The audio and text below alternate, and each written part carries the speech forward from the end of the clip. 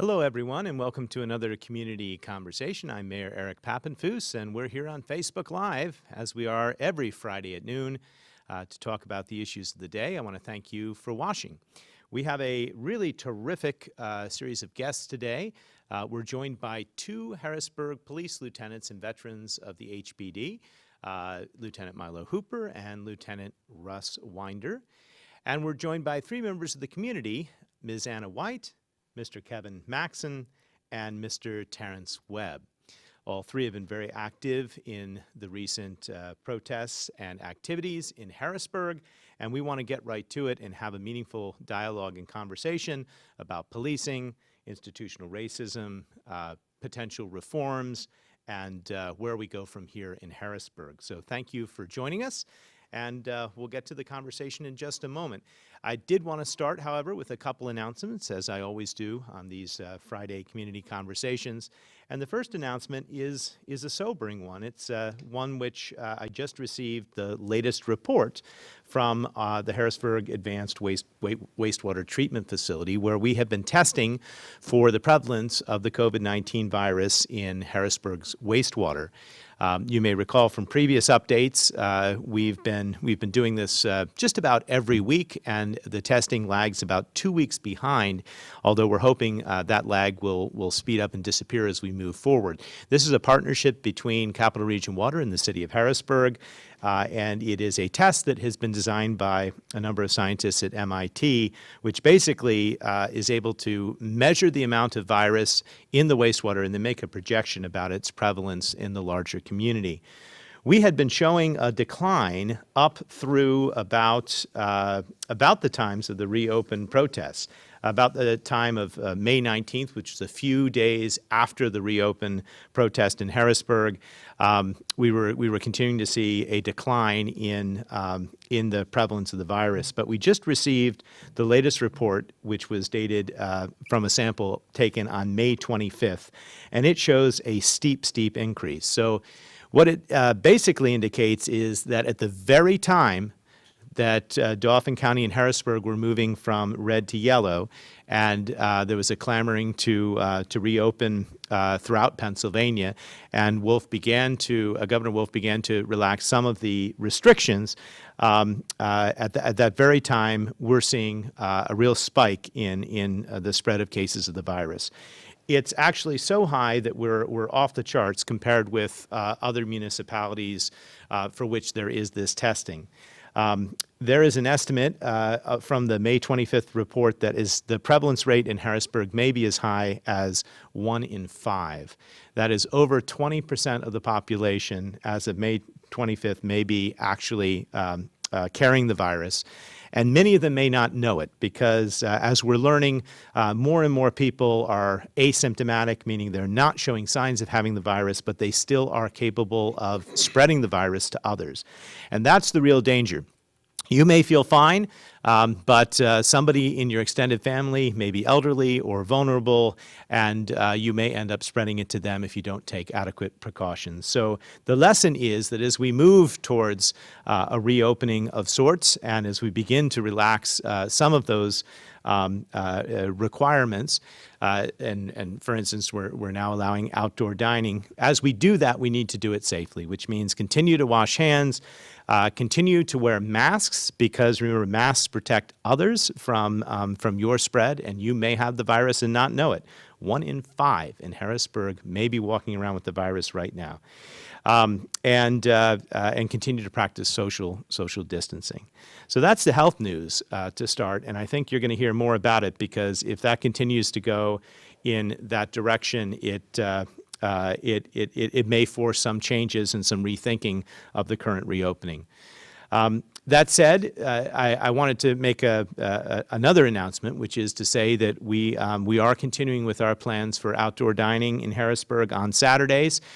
We've put a general call out to all the restaurants in the city and encouraging them to reach out to us if they want to participate. Any restaurant can participate in anywhere in the city. We just have to coordinate certain street closures and block closures to allow for expansion of the amount of seating which is available for table service outside of the restaurant.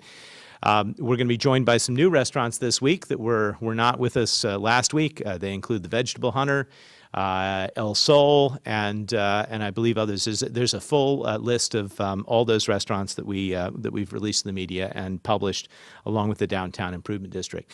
Last week was a great success. People did engage in social distancing. It was spread out. It was a lovely evening, and I hope the same will be true for this Saturday. And I hope you'll be able to come out and support our restaurants, many of whom have been very severely impacted by the COVID-19 crisis and are really just trying to get back on their feet. And this is a way that we can help and support them. Also wanted to announce that we are going to extend that Saturday night dining concept through July 4th, which happens to be on a Saturday this year. So what we will be doing on the 4th of July is we will be sort of culminating the evening in fireworks at dark, 9:15.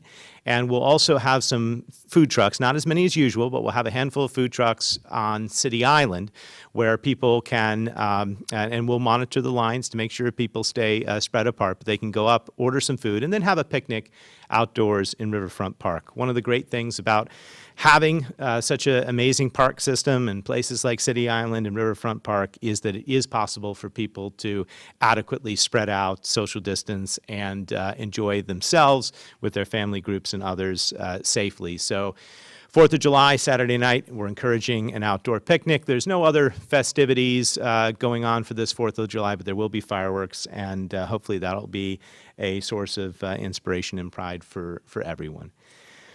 We're going to turn now to the conversation at hand, and I want to begin by introducing my two guests that are here in the studio and give them a chance just to let them tell a little bit about themselves, how long they've been with Harrisburg, and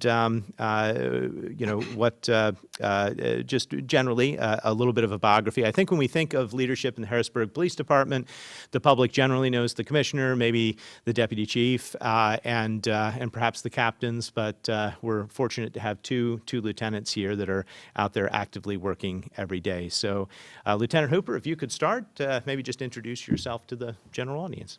All right, Lieutenant Milo Hooper. I'm actually from Harrisburg City. I went to John Harris, graduated in 1988. Go Cougars. I went on from there to go to Penn State, where I majored in economics. Never wanted to be a police officer. But like I always say, it's not why you became an officer, it's why you stayed. And after the first year here, I realized this is something that I wanted to do. I've been here now for 25 years. I'm in my 25th year. Wow. I'm a lieutenant in charge of the Special Services Division, which is the makeup of all of our specialty units, street crimes, housing, animal control, community policing, and the school resource officers once that is up and running. That's really where I'm at with this, and I enjoy this department, and I employ anyone that is looking for a job to apply for Harrisburg City Police.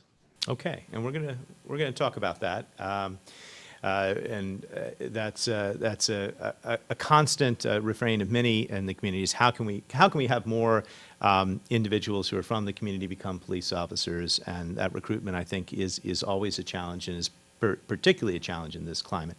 But Lieutenant Winder, if you could introduce yourself as well. Sure, I'm Lieutenant Russell Winder Jr. Come July, I will have been with this department for 15 years. I became a son of Pennsylvania back in 1993, and I came here via the United States Marine Corps. Came here, fell in love with the area, and stayed. I'm originally from Delaware. So, my path to becoming a police officer, Marine Corps, Pennsylvania Department of Corrections, Camp Hill, and then Harrisburg City Police, which was the only department that I applied for and the only department that I wanted to work for. And the only other thing you need to know about me is I'm a diehard 49ers fan. So for those 49er fans out there, I'm right here. All right. And while Lieutenant Hooper is in charge of the specialty units, can you talk a little bit about what you do? Sure. I'm the lieutenant in charge of the Criminal Investigation Division, and I just started working on that this year. Prior to that, I was a sergeant, and I had spent a little bit of time upstairs in the Criminal Investigation Division working with the Juvenile Offender Section. Prior to that, I was working patrol, worked on 3rd Platoon for a little bit with Lieutenant Hooper. I've done the school resource thing and the special services thing. Okay.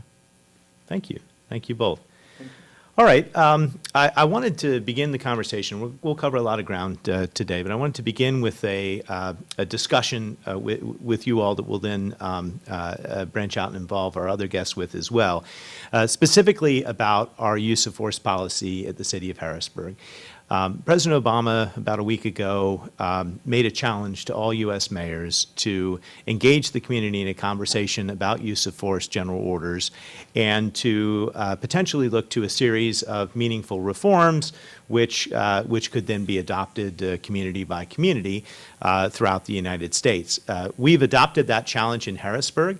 It's something called 8 Can't Wait. And we've established an email and for commentary. If people are watching, you can go to the Harrisburg website, first of all, harrisburgpa.gov, and you can, right on the home page, see the general order which governs use of force. You can print it out, you can read it, you can look at it. And then if you wish to comment on it, you can send an email to 8cantwait at harrisburgpa.gov. That's the number 8. Can't, C-A-N-T, wait, W-A-I-T, at harrisburgpa.gov. Now, this is part of a larger conversation about a number of different things, but it is something which I think is important.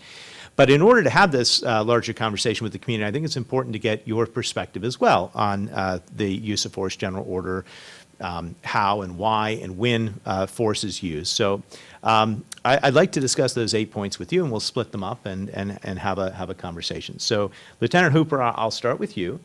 And the 8 refers to 8 principles which many believe who have studied use of force policy in departments throughout the country. 8 principles that it is believed should be embedded in a use of force policy in order to have best practices and to reduce the amount of force that's used between police and civilians. I've said that we have 7 in our policy, 7 of the 8, and we, I think, train the others on the other 8th. But let's talk about it. So the first 2 are sort of related. There is basically a desire to require de-escalation in situations, and there is the need to adopt a use of force continuum. And if we could talk about that, Lieutenant Hooper, maybe start. What is the use of force continuum? How do officers train and utilize that on a daily basis? And when we talk about de-escalation, basically, what does that mean to you, and what does that mean to the average Harrisburg police officer? Okay. I'll start with what is the use of force continuum. For those who are not aware how it works or what that is, it's kind of like a stepping stone. If you want to use your life, when you're born, you're a baby. You can't walk. You can't do anything. Then eventually you crawl. Then you walk. Then you run. It's escalating on what you can do. And so when we use a use of force, we kind of start from the beginning. The beginning use of force for every police officer is actually officer presence. The second that we show up on scene, that's like a type of force, but it's the baby stage where you can't really, when you're not really doing anything, you're just there. And then as you start to go against a different type of aggression, whether it's aggression or a different type of resistance, then you start to go up. And the way the use of force continuum works, it goes from officer presence to the extreme of obviously having to take a person's life. Now, the way the use of force continuum works is you continue to go up only equal to what the other person is providing you. Sometimes it's just a little step less, but you can only do what is being presented to you. You can't just be like, well, I was here and then I went to this and then I went to this and I went to this and I went to this and then, the end result. You can't just do that just randomly. That there has to be a reason why you continue to go up the use of force continuum. So it's just a guideline or like a pathway for police officers to understand all this authority that's been given to you, how to actually use that authority, and the power that has been invested in us. So. And de-escalation, what does de-escalation mean? I assume the desire is not to continue to make your way up the use of force continuum. It's to go back down. It's to de-escalate. But how is that in practice for the Harrisburg Police? De-escalation is exactly what you said. And kind of when you go back to what I said about you kind of use your use of force as kind of, you go up the continuum equal to what the others and sometimes less. The less is really where the de-escalation comes in. You can sometimes go higher, but when you begin to engage and you start to see things, you try to get the other person to come down lower so you can continue to come down lower until we get back to just the officer presence or just a verbal conversation. But so de-escalation, it's really a thing that's kind of brought in now that through the training process. One of the training things that we start off with after you go through the academy and you come out and you do some in-house training, one of the first things that you do is you go through what's called scenario-based training. The specialty services is one of the units that are in charge of that scenario-based training.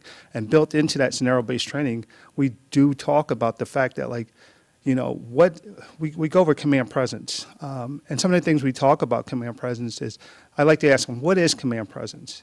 And usually a newer officer just coming out of the academy and new to this job, to them command presence is, I'm here, I'm in charge. And I like to hear that because it gives you something to really talk about. And I start to talk about, like, command presence is not just what you say, but what you don't say. Not how you act, so sometimes how you don't act. Not when you respond, but when you don't respond. It goes both ways. Command presence is exactly what it is. Your presence is enough to command the situation. So when we talk about de-escalation in our scenario-based training, we get into the command presence portion of it. So when we're working on, maybe we have a scenario where there's a robbery that's involved, and we have some people that aren't cooperating. Let's see what you actually do. Let's see your command presence. If your command presence is only the ability to scream and holler and puff out your chest, we have issues there. Not saying that you're a bad officer, but what we're saying is in this training portion, what we're trying to show you is there's other ways. Remember, and I will go back to them and say, remember, command presence isn't just what you do, but it's what you don't do. So that's really where the de-escalation portion starts to come in. And then as you go through and then as you get assigned to your different platoons, then the lieutenants will kind of take it from there. With us, with specialty services, one of the things that myself and Sergeant Mike and Corporal Hammer were all part of specialty services supervision is the ability to communicate is huge. And once you get to a specialty services, it's usually you've already gone through platoon and you've kind of gone to the next level per se. And so we try to say, listen, your command presence is what has to drive you. Your ability to communicate and all those things are what has to drive you. So the de-escalation portion of that is just like it says. I mean, I know it's a buzzword sometimes, but really what it is just simple communication. Great. Thank you. We may come back and talk a little bit more about the training because I know people are interested in that, and there's a desire for more training. So it'd be helpful to know more about what is, what does occur in terms of training, and where we could maybe see additional investment and improvement. Lieutenant Winder, if I could turn to you. So that's two. Let's turn to two other specific aspects of these 8 reforms. So in our, one of them says that has to do with issuing of verbal warnings. And we state that verbal warning should be issued in our general order. In fact, it's on that use of force continuum. It's right at the beginning. It starts with verbal warning and goes up. But can you talk about a verbal warning and why that's important or how that has worked in your experience? Yeah, absolutely. Verbal warnings is the one thing that we hand out the most because, as Lieutenant Hooper was saying earlier, it's about communication. Now, my thing is that you never know what a person's going through or what they've been through, and you don't know what type of day that they're having. A lot of times, those verbal warnings come out when we're doing traffic stops. When you pull a car over, you see that they're having a bad day. You're trying to communicate with them and let them know what they, the reason that you're being pulled over and why it's important that you pay attention. I can't tell you how many times I've pulled someone over and I notice that they're having a bad day. We conversate for a little bit, and at the end of that, you don't get a citation. You get a verbal warning, like, listen, the reason I pulled you over is because you did X, Y, and Z. I understand you're going through some things. It looks like everything is good to go. So I want you to have a better day. I want you to have a blessed day. I'm gonna give you this warning. Now understand, if you leave from here and you continue driving the way that you're driving, it may result in a citation. Verbal warnings are very important. It's even important when we're responding to calls. Not everything, and I'm a big proponent of this, not everything deserves a charge.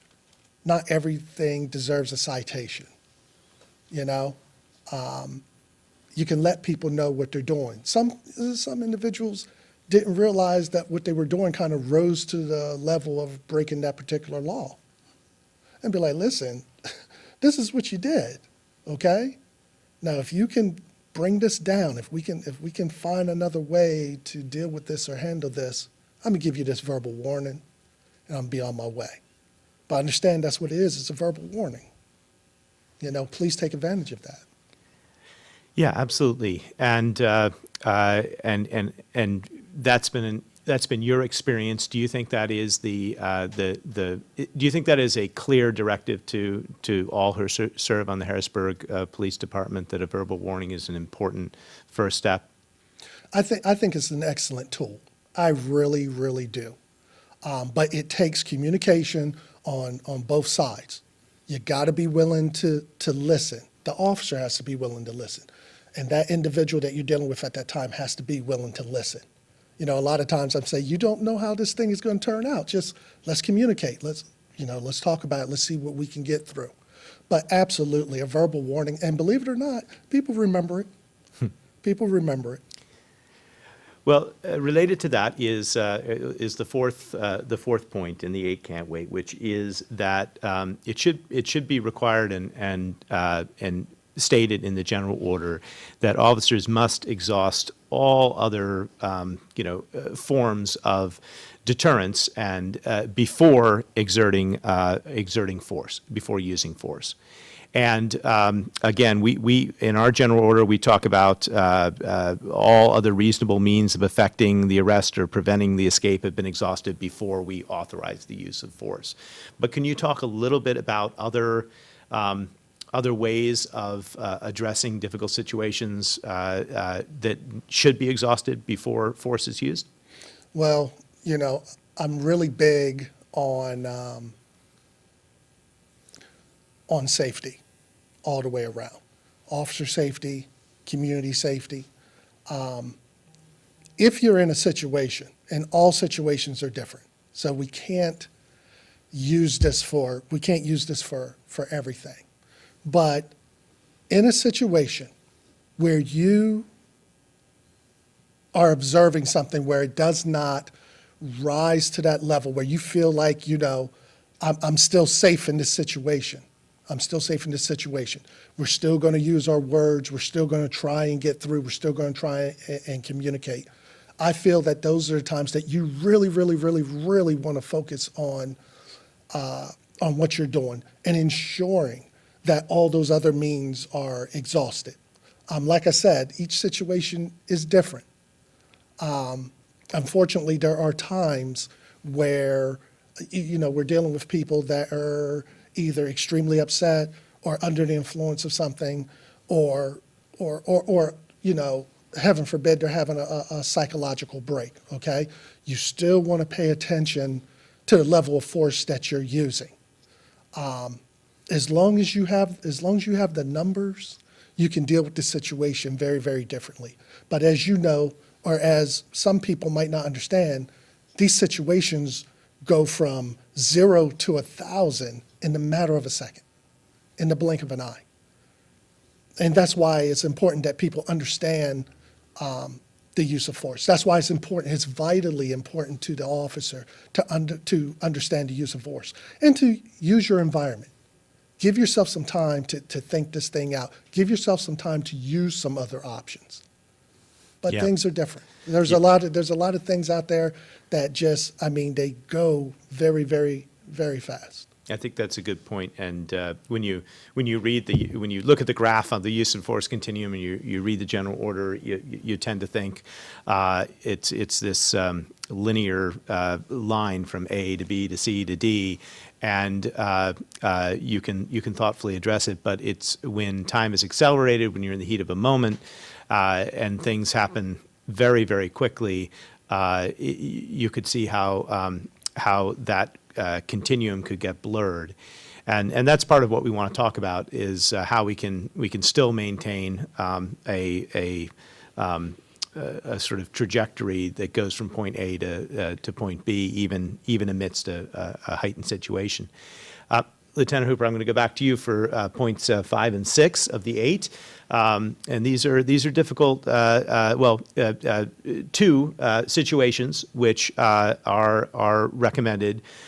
One is the banning of chokeholds, which I know is something that we have banned here in Harrisburg and we don't utilize. But maybe you could talk about that and why that is important and what other avenues there are besides a chokehold, because that's something it's out there. And the second has to do with shooting at moving vehicles.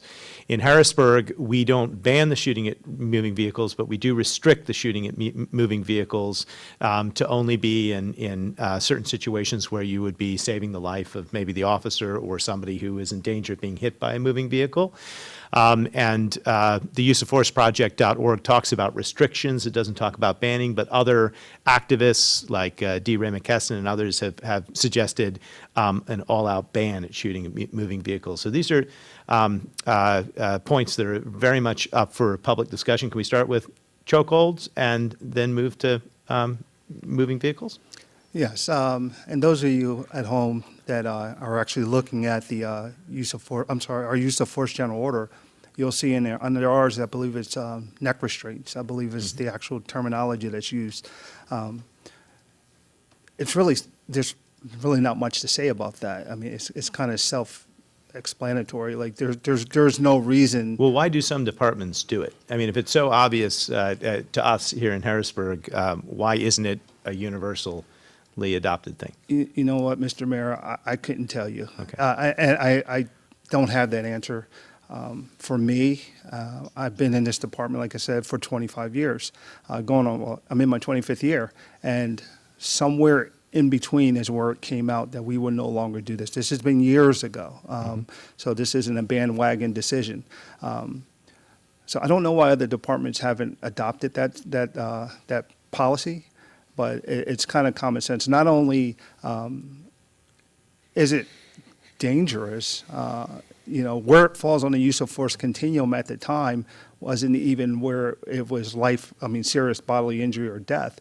It was further down, but yet you're doing something that, really can and will cause serious bodily injury or death. So it's kind of self-explanatory. We don't do it here in this department because it's unnecessary. Okay, well, I think it's important for people to hear that. Have you?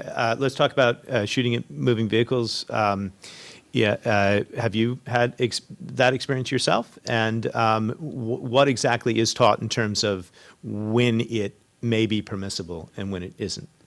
Also, like I said, those who have the general order at home, it's within there. It's pretty much spelled out. Let me take a step back. One of the things you mentioned that there was a cry for a ban at shooting at moving vehicles. We must understand, like, if something's banned, that means if we do it, no matter what, then we're outside the policy and we're no longer protected. And for everyone that's watching at home or at work or wherever you're watching, could you imagine a vehicle coming through a crowd of people and the police not try to stop that vehicle, not try to, because that vehicle is moving? Oh, we've actually seen that happen. Exactly, exactly. In many of the protests across the country, yeah. And could you imagine that? And then it was like, well, why didn't you do that? So we got to be careful on what we want to outright ban. And I know that wasn't you were just speaking on someone else. Yes, here in the city, we restrict it. And when you do make that decision, if it's falling within the general orders, some of the things you have to take into consideration. Where is that bullet going to go? What's behind, what's the backdrop? Civilian life, civilian injuries, and anything like that. We have to take all that into consideration. And that's why sometimes it's not going to happen. It's just not going to happen. Training-wise, we do not shoot at moving vehicles in training. What we do, and I kind of touched on a little bit about the scenario-based training, is we talk about the use of force, general order. And this is one of the items in the use of force of general order, and we kind of go over it. Obviously, if it's a situation where this needs to end, then the officer has to do what's best for life and property at that time. Outside of that, we just don't do it. There's blatant restrictions on when you cannot do it. And like I said, if you're following at home, you'll see there's about 5 or 6 points that touch on the shooting at moving vehicles. Great. Thank you. You're welcome. And again, if you're at home watching and you have access to the internet, you can go to harrisburgpa.gov, and right there on the main home page, easy to find, you can click on Harrisburg's use of force general order, and you can read it. And you can then email your thoughts and comments and reflections to me at 8cantwait@harrisburgpa.gov. All right, Lieutenant Winder, we're going to just do the last two here, and then I want to turn to some of our other guests and get them involved in this conversation. The final 2 points, the first has to do with filing use of force reports every time that force is used. That is something we do in Harrisburg. Can you talk a little bit about that? What does that mean? What is then done with those reports? How are they utilized? Absolutely. So whenever force is displayed, and that is from getting physical with a citizen, pointing a taser at a citizen, pointing a firearm at a citizen, use of controlled aggression from the canines towards a citizen, we are doing a use of force report. Those are important. You want to be able to document from the officer's perspective what happened, what took place. And then you want to be able to track that. You want to be able to look at it over some time to ensure that, one, the use of force policy is being followed to the letter, and two, if there is something that appears to be not right, if there appears to be something that might be leaning one way or another, that supervisor now has an opportunity to deal with it, to take care of that issue before it even becomes a problem. And I think that that's one of the most important things that we can do, holding everyone accountable, especially ourselves, holding ourselves to that higher standard too, by filling out those reports, making sure those reports are submitted in a timely fashion, and then making sure that they are being reviewed and observed, looked at, kept, the whole nine. And how do you feel about maybe establishing a national database of such reports, or at least a statewide database of such reports? And that's something that's been talked about. So on the one hand, we use them internally, but what if you're an apartment that that is just filing them away, and how how can there be a broader conversation if that's all it is, just an internal review and not a larger one? Well, that department should be using those reports properly, because those reports, coupled with reports that come in from citizens that may be filing a complaint, you can start to marry this up. And if you are the department that is focused on making sure this thing is done right, then those internal affairs, investigations and things of that nature, they start to come into play. So you can start to look at it, you can start to review it. Just like with the body-worn cameras and any other footage that is being presented from witnesses or from the people that are filing the reports, you can put it all together, and then you can see it. And then you can determine whether or not this is legitimate or whether this is not quite the way that it was perceived. I personally am for, all of that information coming together as far as like cameras and videos and things like that, so that the people inside those departments can hold their officers to a higher standard. But you got to be willing to be like, listen, I see this for what it is, and it's either right or it's wrong. Mm-hmm. It's either something that can be fixed or something that we're going to have to deal with entirely differently. As far as to, answering your question, as far as like the national registry, if it brings about something positive, I'm for it. I'm for it because I want to be held accountable. I don't want to back away from that. The minute that you take this job, you should have that understanding. Yeah, I think the question gets to, what if it can't be fixed, and what if there is a problem with, repeated inappropriate uses of force that maybe have to lead to the eventual termination of that officer? How does that record sort of stay if with that officer as they may apply for future jobs if there isn't some sort of registry or database? And that's just something that we can continue to talk about and think about.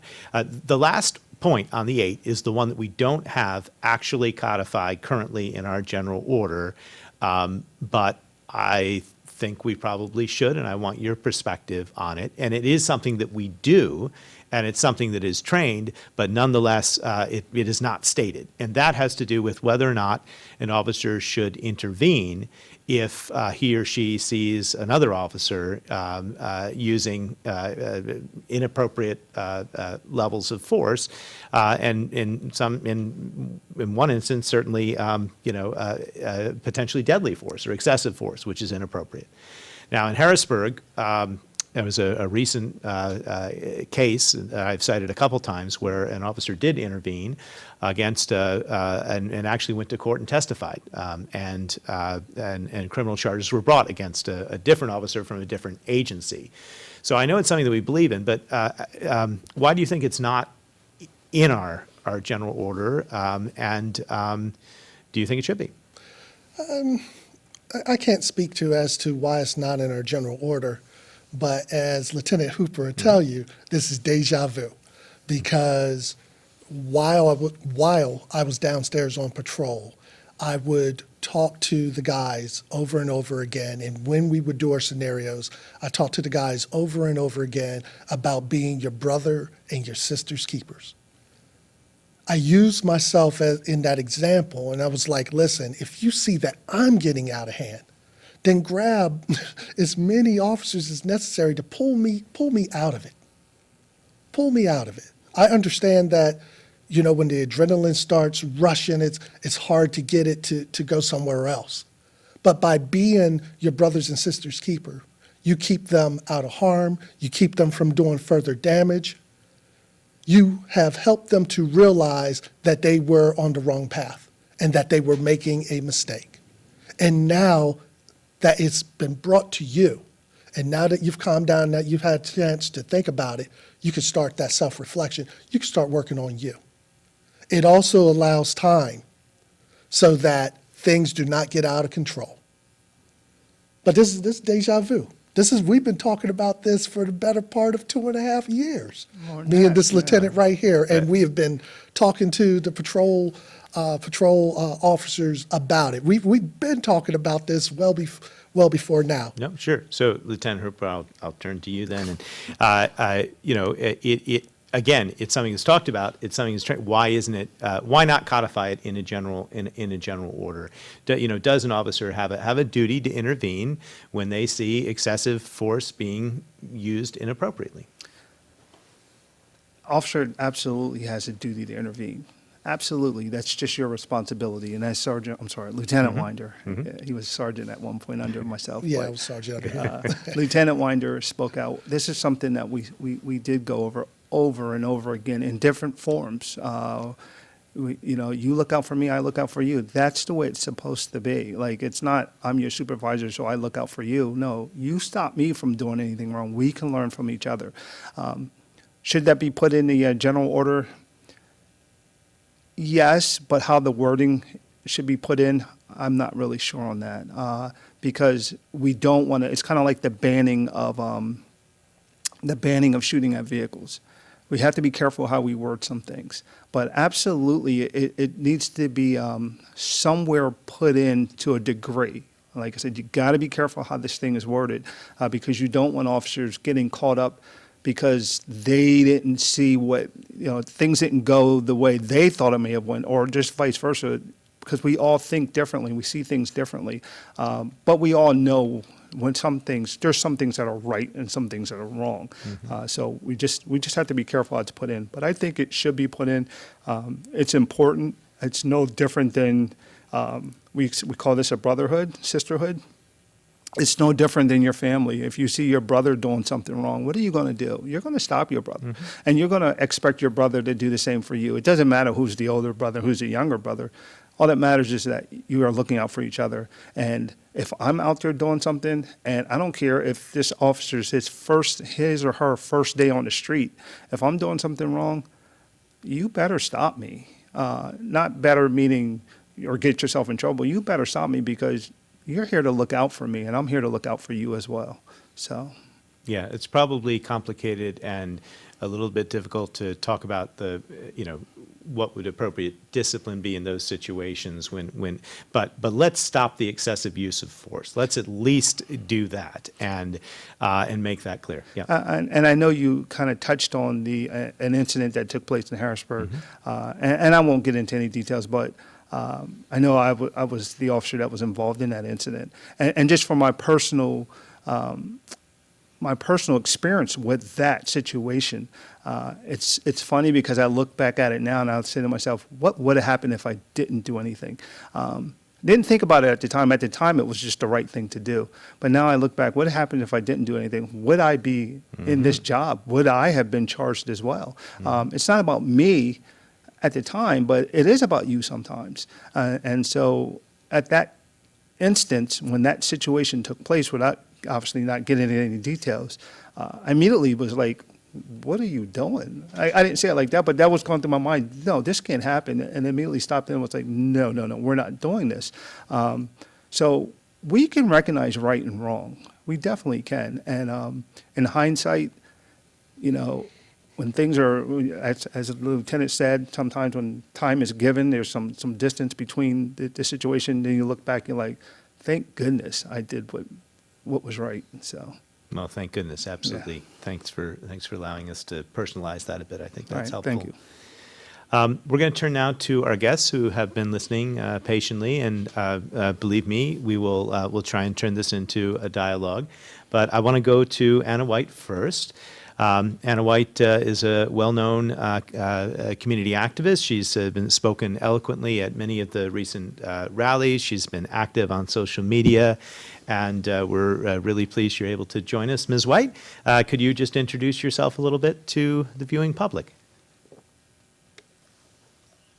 Mayor. My name is Anna White. I work under the capacity of a program director for transitional housing that deals primarily with mental health. I also work in the social services area, so I come with that type of background knowledge. I also do reentry services for individuals that are receiving resources upon returning back into the community. So I look forward to this dialogue. Thank you. Great. Well, we can start with just your general thoughts and reflections as somebody who just listened to this past conversation here with the Harrisburg police officers about use of force. What was running through your mind as you were listening to those responses, and what types of questions or challenges would you pose? So thank you. One of the things that I was thinking about is that we have to just be mindful of the importance of having conversations centered around mental health, right? Anytime we're having discussion about feelings, thoughts, behaviors, cognition, the conversation has to have some type of foundation in mental health. So hearing the discussion about the use of excessive force and the continuum, one of the things specifically under the 8 Can't Wait are the 2 spaces discussing the exhaustion of all alternatives, but also requiring de-escalation and being able to unpack that, because we have to look at alternatives that are centered around trauma-informed care, right? So we have to look at how de-escalation and de-escalation techniques and tactics look differently depending on your culture and upbringing, right? It could be something as simple as cultures that don't make eye contact versus cultures that do, cultures where there is a dominance in male figures and posturing, and how that affects women that have interaction with individuals of power, right? So you have to kind of focus under a wider lens when you're discussing these issues of de-escalation, because what looks like de-escalation for a culture or a group of people or a gender may not necessarily be interpreted that way, right? So even when he was having the discussion about the de-escalation continuum, right? Even at the lower level, police presence is the minimal in de-escalation, but we certainly know that police come with a lot of posturing in their positions of power, right? So if an individual comes to a scene and merely their presence alone is their power tool, how are they executing that level of power? What level of determination do they have to ensure that their level of power and simply their position, simply them posturing, and what message they're sending early on that kind of reflects on the way that people respond to them. So I heard him say that you kind of meet where individuals are, and if they kind of de-escalate, then you will kind of follow the continuum based off of the individual. But I think it's so important to see from a perspective of how you come across, and how even at the lowest level, we can make a determination that can cross over into individuals escalating or de-escalating. So considering different spaces to intervene. I know in the mental health space, we use a lot of CPI nonviolent approaches. And even at that level, we are considering the DSM-5, we're considering people's culture, we're considering people's bad days. So we're looking at different techniques that look at how you look at tension reduction, because you're on a scene and things are tense. So how are you reducing that level of tension, as opposed to coming in as a police figure, and even by your presence or your demeanor, how you're escalating that in a way that is not necessarily going to receive the best response, right? I know the example is when a young woman was trying to let someone know that there was another individual that was her. And the response to that given by a police officer, you know, get the F in the house, that's not necessarily how a person is going to receive information from a person in law enforcement and have good responses after that, right? So it's the presence and your behavior and your stance that I think makes all of the difference when you're talking about de-escalation techniques and considering trauma-informed care when you're having these other alternatives to what it is that you're doing. Anna, can I comment on that? You absolutely can. Go ahead. We're All right. just a little pause before you. Sorry, it's Lieutenant Hooper. And I agree 100% with what you're saying. And I wanted to touch back on the conversation about command presence in de-escalation. And one of the things we talk about is what you do and what you don't do. And you're absolutely right. The way you carry yourself is one of the things that you do. The way you don't carry yourself is another thing. So yes, it is important your body language, your facial expressions, the way you stand in front of a person, the way your positioning. 100% I'm on board with that, and I agree. And I think we all agree, because I know Lieutenant Winder and I have talked a lot about these things. And that's all part of the command presence side of policing. Understand when you standing in the back of the room is enough. Understanding when it's not enough. We just have to get better at understanding. Like you said, we need to learn the language of the people we're talking to. And if I could, can I Yes, touch you on certainly that may. just a Go little ahead. bit?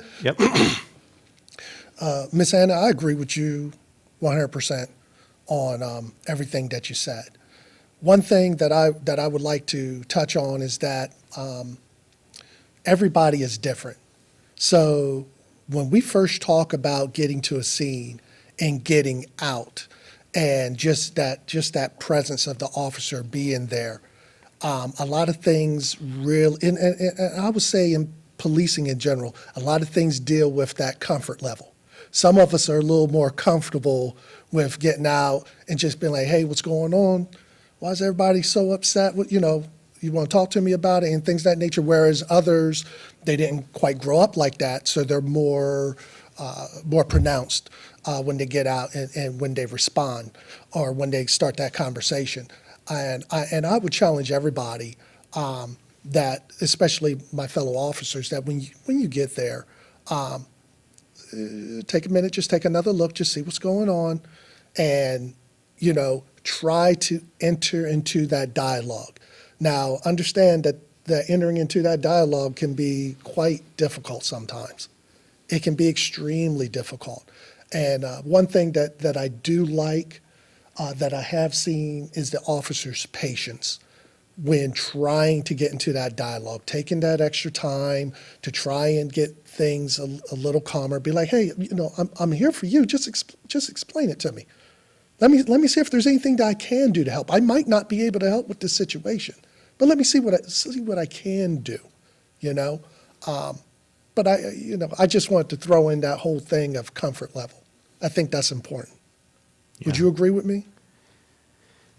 Let me jump in, and I'll throw a question back to Ms. White, and she can take it any way she'd like to go. I will say that both of you are extensive veterans, and you have a lot of experience. And we have a very young department with a lot of extremely young police officers that are just getting to know not only their job, but the community in many instances. So what comes naturally to you after years of experience is not necessarily there for our front line. We've talked a lot about how the majority of police officers have been hired in the past few years. So that's just the context. So I guess the question back to Anna is, so I think there's consensus on what needs to happen. The question is, how do we establish the necessary training and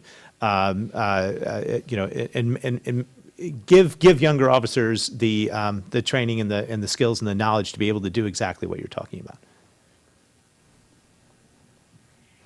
Yeah, so I think it just comes with identifying the level of training that's already done right now, right? So from a mental health perspective, my concentration is in understanding how are we establishing that individuals are mentally fit to be doing the work that they're doing. That's very important. That requires a person with a lot of power being able to manage that and being able to leverage their power in a way that seems like advocacy rather than oppression, right? So I think that even looking at recruitment, being able to recruit individuals with an assurance that the training that you are providing is giving you a clear sense of the person that is coming into this role, right? So you have to be able to recruit individuals who have a vested interest in that community. We talk a lot about recruitment of individuals of color, but you also have to understand that is a wide scope, right? So a lens of the perfect Negro cast has to be removed from one's memory when we're talking about recruitment, because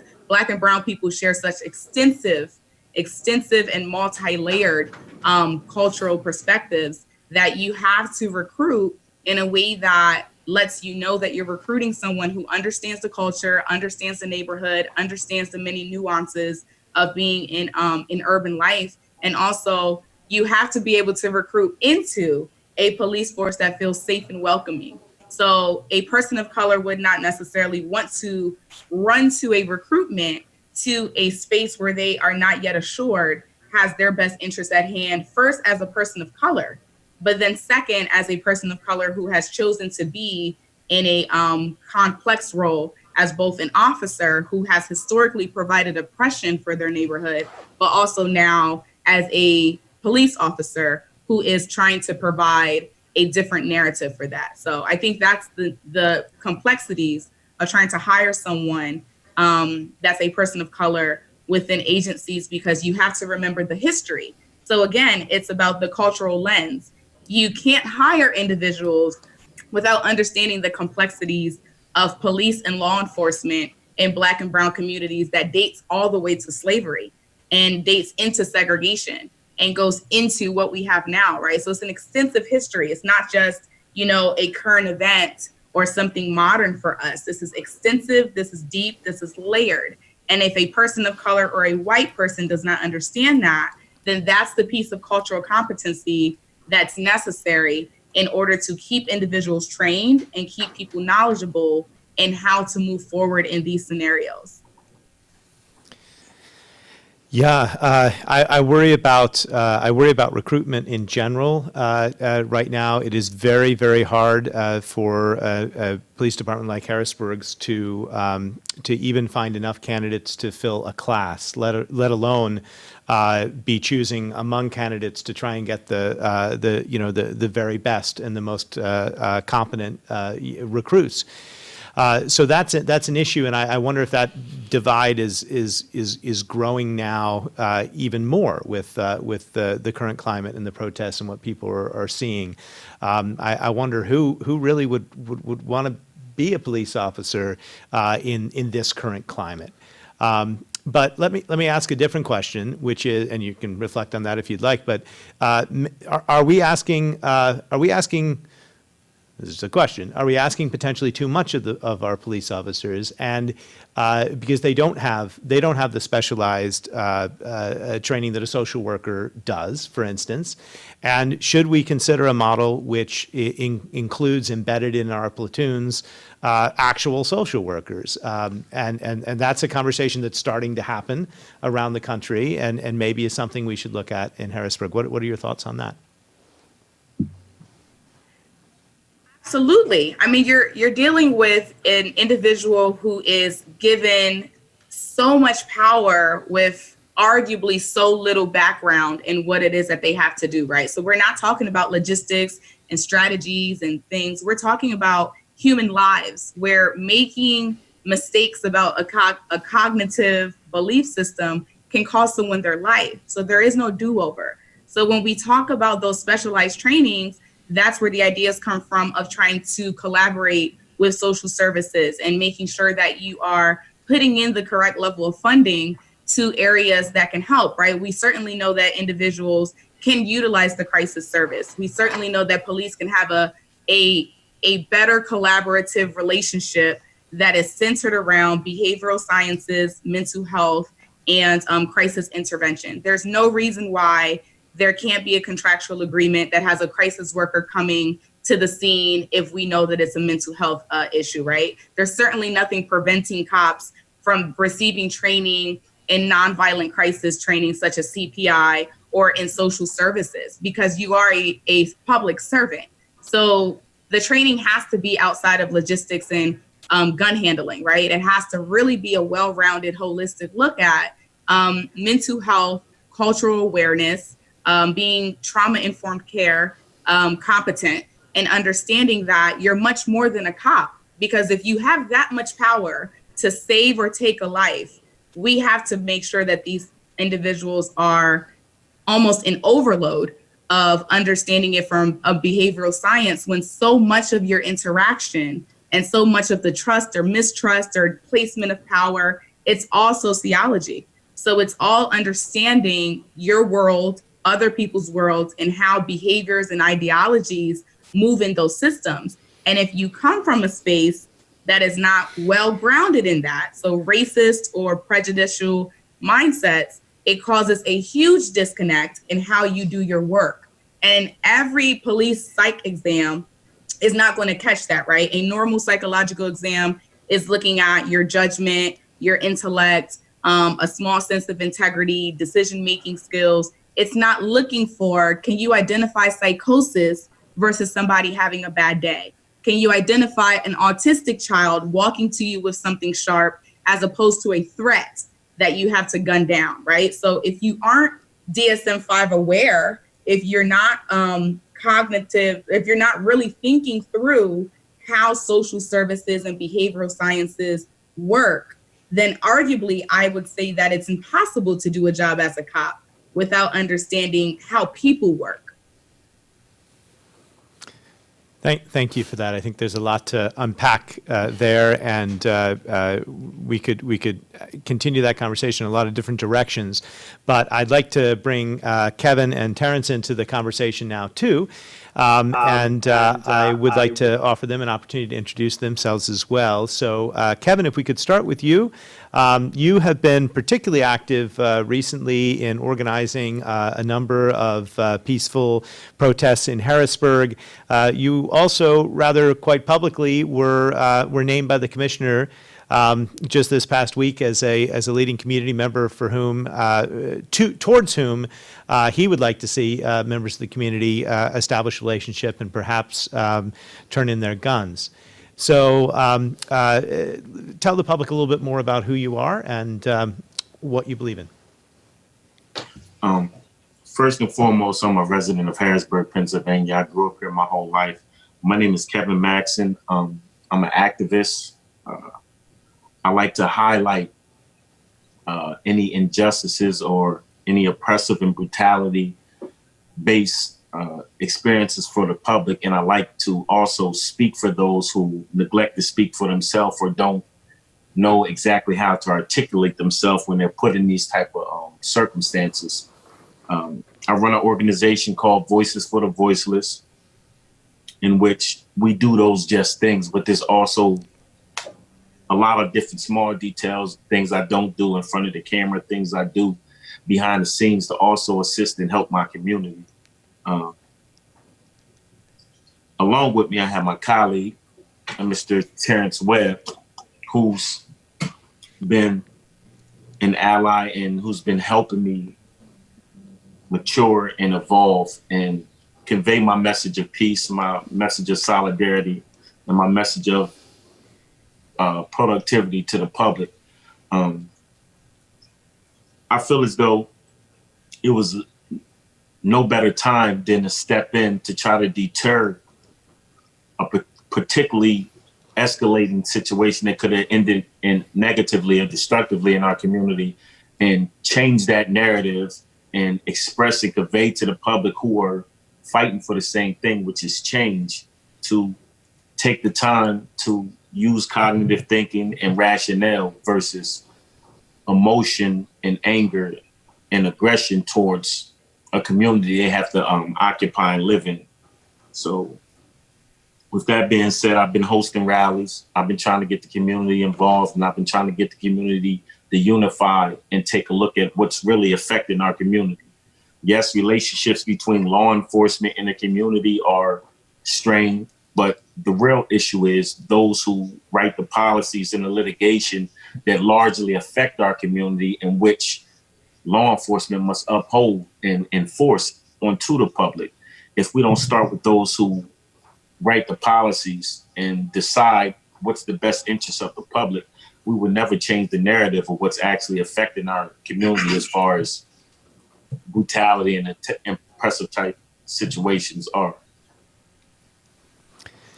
Yes, thank you. Thank you, Kevin. And Terrence, would you like to introduce yourself and give an opening statement?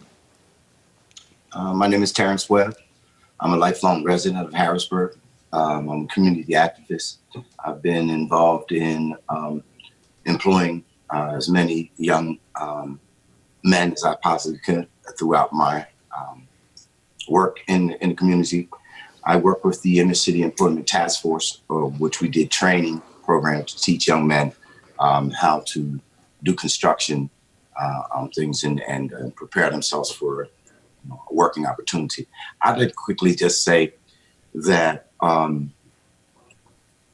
there's narrative that's circulate around that either we're extremely against the police or we're extremely with them. Our community is a conservative community by nature. We believe in law enforcement. We know the importance of that. We support that. What we don't support is police brutality, which has been a continuum. It's nothing new. It's just being highlighted now. I think with Mr. Floyd's death was the actual straw that broke the camel's back, so to speak. We're having people, not just from the Black community, but all around the world, saying that enough's enough. So we want to folks to understand that we value the police in our community. We understand the importance of our community. But like Sister Anna said, the mental health aspect of this is what is really at issue. And that's what we continue to have very serious difficulties with. There's a stigma on mental health, so we don't want to address that. We don't want to be considered that having mental health issues. So there's a whole lot of connotation that surrounds that that we're not dealing with. So that's why I'm here today. Okay, Kevin, back to you. Let's talk. You invoked the importance of policy, and that's a conversation that I'm excited by, and that I really want us to try and focus on. So, how would you take the energy of the movement that we're seeing now, and turn it into policy at the local level? What would you like to see in terms of change in policy, and let's talk specifically about Harrisburg so we can understand exactly what needs to be done. When it comes to integration into law enforcement, I've been working with my colleague, Terrence Webb, as well as other prominent people in the community, and coming up with resolutions to some of the problems. The reason why law enforcement isn't as diverse is due to ignorance, people's inability to understand what it is that they do, how are they supposed to carry up their tasks as law enforcement, and what does that mean to the community. There's a wedge between law enforcement and the community for a reason. And like Anna said, it's systemic. It's something that's passed down for generations. We're taught at an early age to fear the police instead of acknowledge them as civil servants. We're taught to run from the police instead of standing our ground and answering questions and dealing with them as they're human beings. But in that fear, that fear also translates into the police department. You have people who don't understand our culture, don't understand our demographic, are not localized to our area, who only go off what is suggestive, what they see in the media, what they see in movies, what they see in TV. And then they see a young Black male riding down the street with big shiny rims and a fancy car, and they automatically assume and assess that he must be a drug dealer. There's no way he could have worked a 9 to 5 to establish that type of persona in this community, because they know a lot of the policing is done in predominantly minority areas, which enforces litigation and policies on a people who's already suffering from disparity, who's already suffering from poverty. And that translates into a school to prison pipeline, because if you locking up all our males, you're leaving our women vulnerable and alone to fend for themselves. In doing so, it creates an atmosphere for crime. And also, like Anna said, there's the mental health element, because when you send an individual to prison, that's not a common place. There's no normality associated with prison. And many people who go to prison come back and suffer from forms of mental illness due to their experiences. Frankly, PTSD is common for people who go to prison, and it's not even looked upon. It's not even checked. There's no programs out there for men being reintegrated back into society after doing a bit in prison. And you're witnessing rape, you're witnessing brutality, you're witnessing harassment and racism, gang violence, hunger and poverty also in prison if you don't have no support system. And there's nothing really there to fix that demographic of individuals who integrate back into society. And that's a large reason why a lot of them repeat offend. And when it comes to policy, how do we find a resolution for something like that? Do we pay attention to it, or do we keep perpetuating the same cycle of recidivism, which largely affects people of color? It's harder to come home and get a job as a felon and be productive into society than it is to come home and sell drugs and resort back to the same thing that landed you in prison in the first place. Even with the sentencing structure, like many of us will go and get charged and detained and be prosecuted and convicted of a crime that really shouldn't have led to a prison sentence. These individuals should be given the opportunity to learn from their mistake and have other choices and options other than the prison. I think prison should be the worst case scenario unless there's a violent offense or there's something that is so tragic, you have to lock that individual up and also make sure that they get some type of counseling.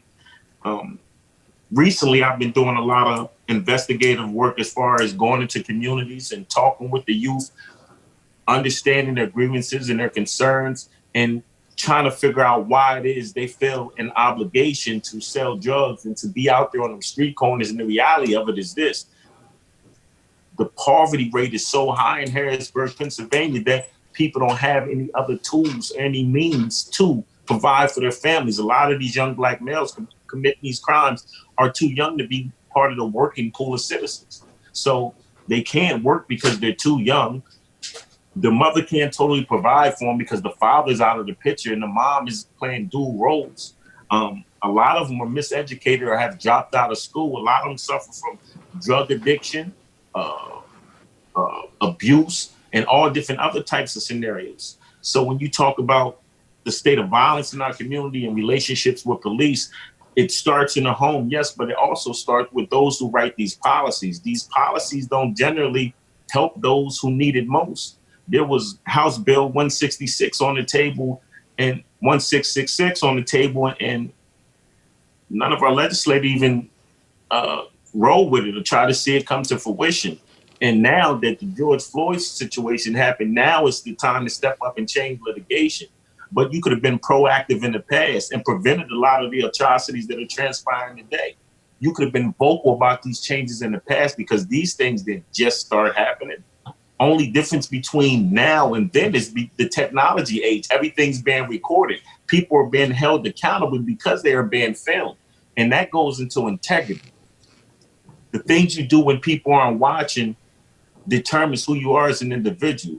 But if you neglect to do anything when you're not being watched and you carry out the same atrocity or tragic situation upon an individual based on you having a role of power in a badge, you largely affect the people and create that distance in between the public and civilians.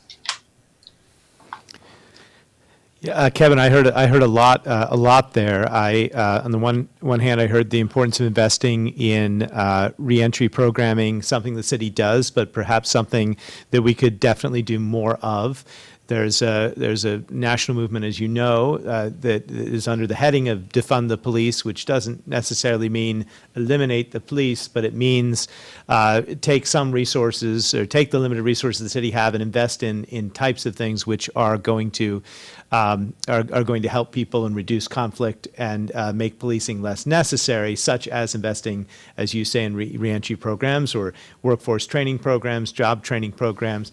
But one of the things that you said that was, particularly struck a chord is how can we sever the school to prison pipeline, and how can we invest more in creating both opportunities for our youth through the school district and also potentially utilize that to establish a new career path for some of our youth, which would be to join and become part of law enforcement, part of the solution.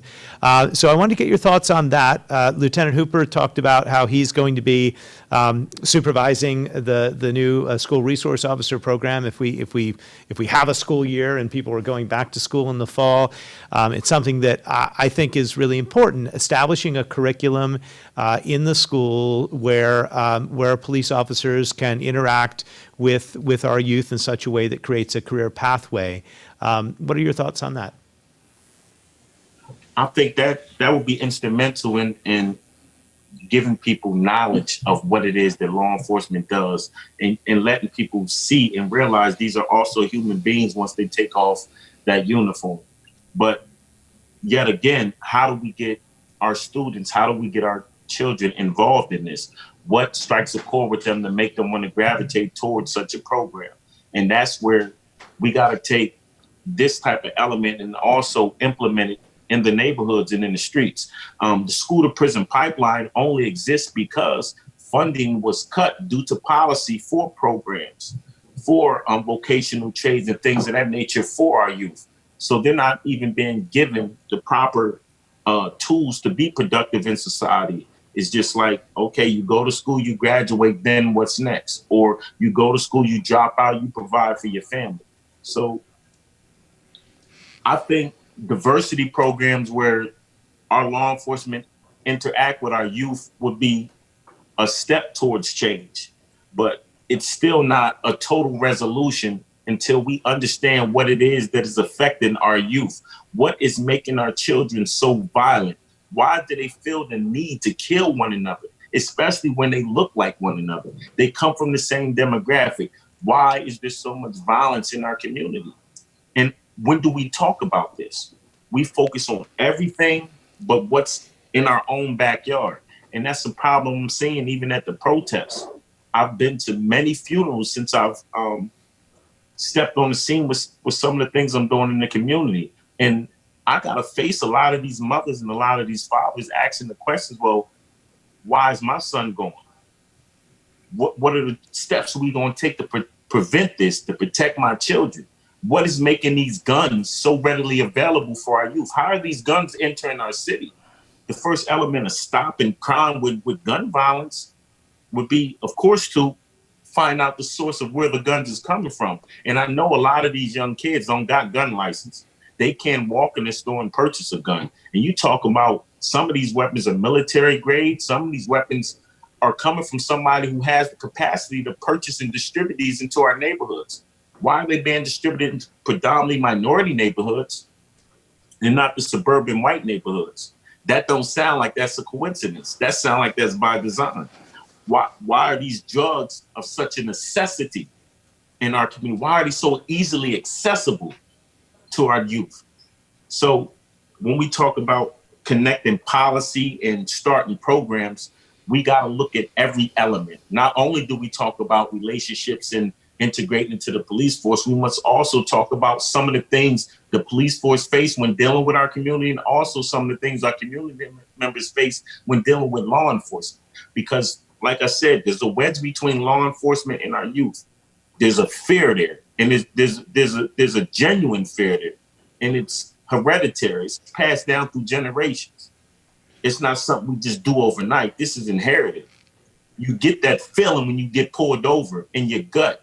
How is this going to end? How do I work through this? They're being trained to deal with us. We're not being trained to deal with them. They're being trained to talk to us and de-escalate situations. We're not being trained to talk to and de-escalate them. We just got to deal with whatever hammer they put upon us. And I don't think that's fair. So we need to work on other different avenues when they come through our community dealing with law enforcement.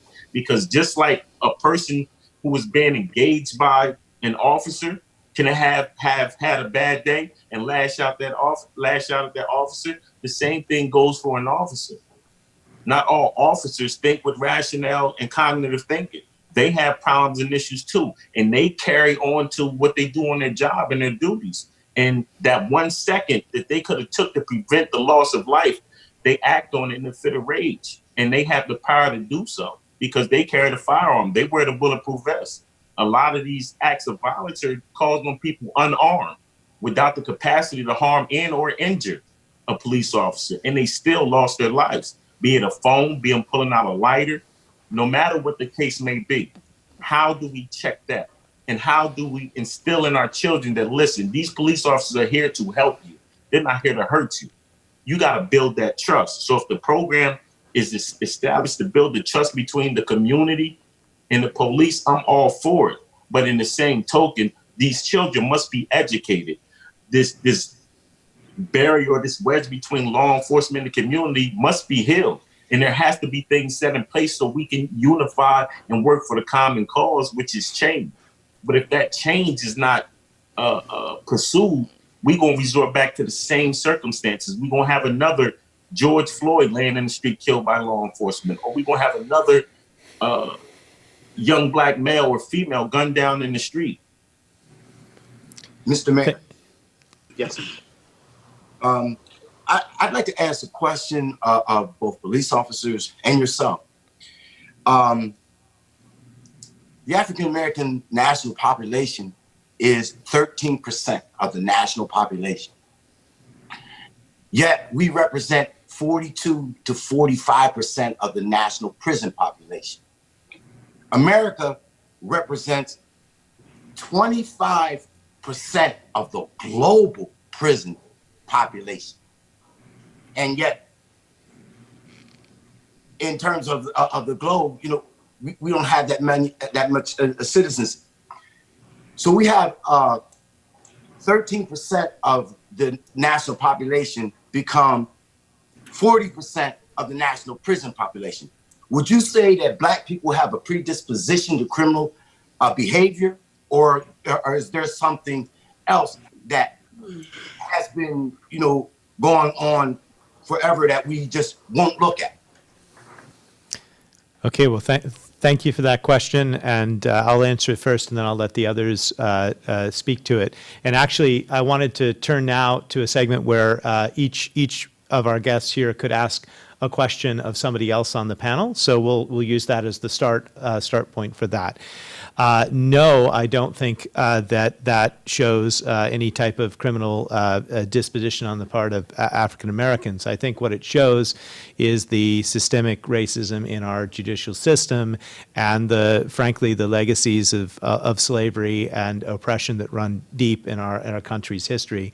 Both the institution of slavery and all the way through Jim Crow and into the modern era, policing has been used as a means of oppression and racism, and it is not just a simple coincidence that those numbers are what you are relaying them to be.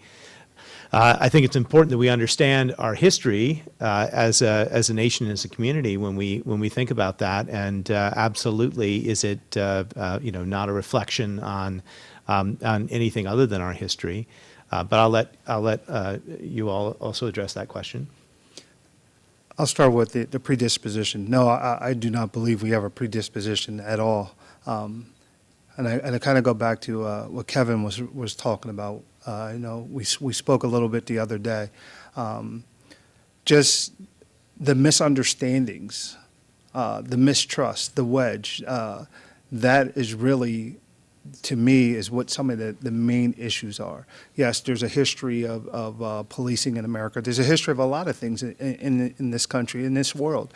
But there's also been a lot of changes, and changes are necessary. And so without discrediting the past and all that, we have to start looking at the path forward.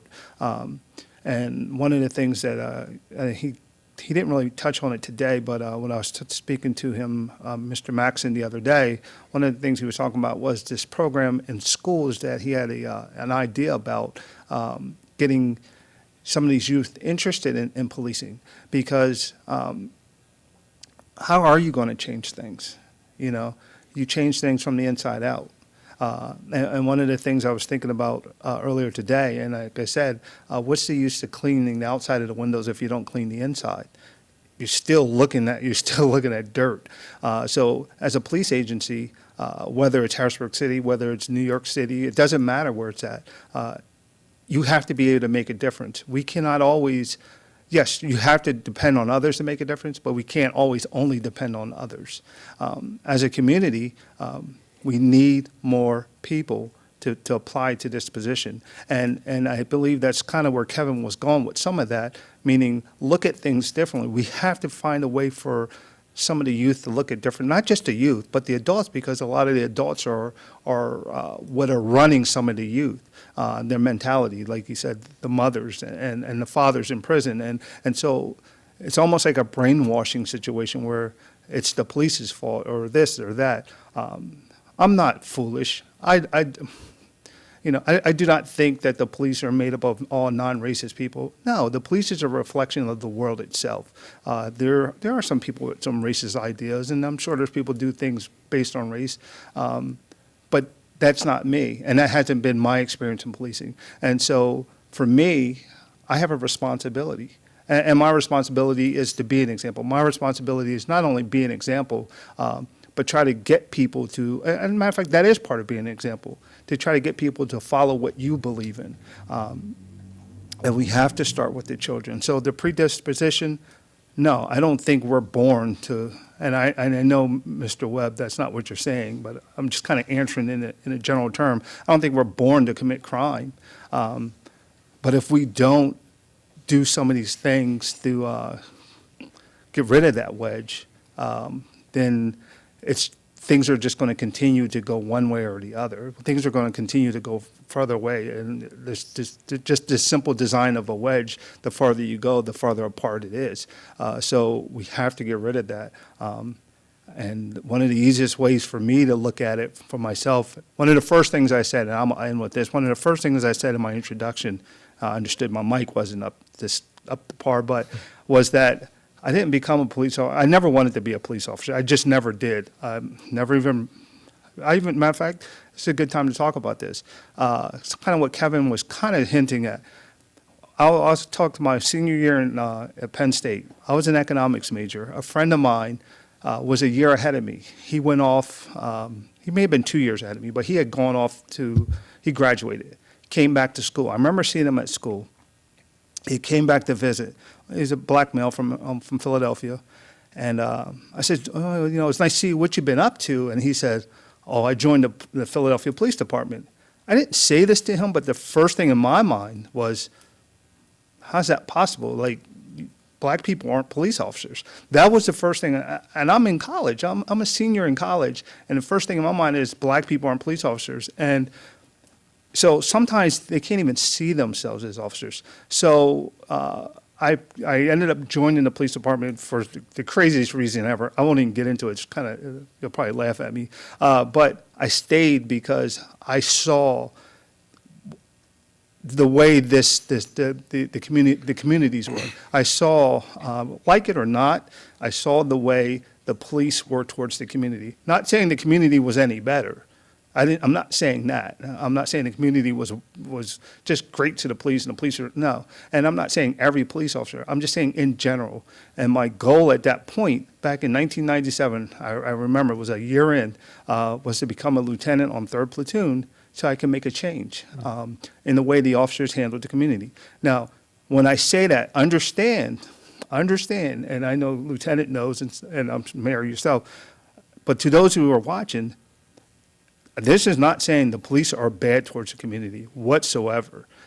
This is a complicated job. It's a complex job. I'm not saying that, but I'm saying you still have the ability to make change. There are some, they reflect the world itself. There are some bad apples. There are some just apples that are a little soft. They're not necessarily bad, but you kind of don't want to take a bite out of them. But that's in every community. So policing in general is a very good and honorable profession, but we have to make it better. And the only way to make things better is some sort of change. What that change is, I don't know. But that's what we need to do. We need to work on it that way. This predisposition, this wanting to commit crimes, if we can get people that are in the community, like Kevin and Mr. Webb or whoever it is, if we can get people to get out there and say, listen, there's a difference here. Like, look at these people differently. Not only will people in the community start saying, look at these people differently, we need people in the police department to say, look at these people differently. We need to both be looking at things differently. We need to clean the glass on the outside and clean the glass on the inside, and then you'll have a much clearer picture. You certainly may. Go ahead. I'm sorry. I think that school police resource officers were being looked at in Harrisburg City. But I have to go back and say that it's not about us simply looking at a person of color and saying, oh, this person's a person of color, so I can be that, right? It's not like we're looking for a hairdresser. We're not looking for individuals that have regular jobs and saying, oh, I saw a person of color as a cashier, I know that I can be one, right? It's very intricate when we're talking about law enforcement.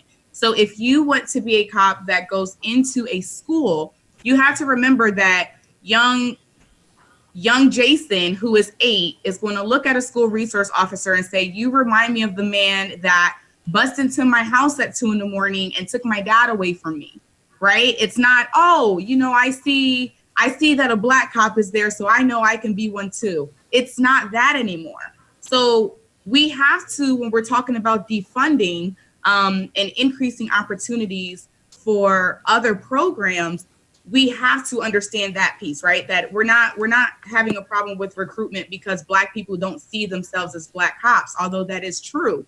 But we have a systemic breakdown in what is happening with individuals trusting that police. So an 8-year-old looking at that when their cognition and their trauma reminds them of a negative experience. So we do that by adding more positive experiences, but we also do that by incorporating a large mental health and behavioral health kind of funding that goes into counseling, right? So what we know to be true is that police respond to violence, right? They do not proactively come into these communities to decrease crime. They actually work reactive. So cops come when something occurs. So the funding has to go into how do we create a community that is strong enough to be proactive in their own crime reduction? How do we create programming that is strong enough to create tension reduction skills in their own villages? We have no problem protecting our own villages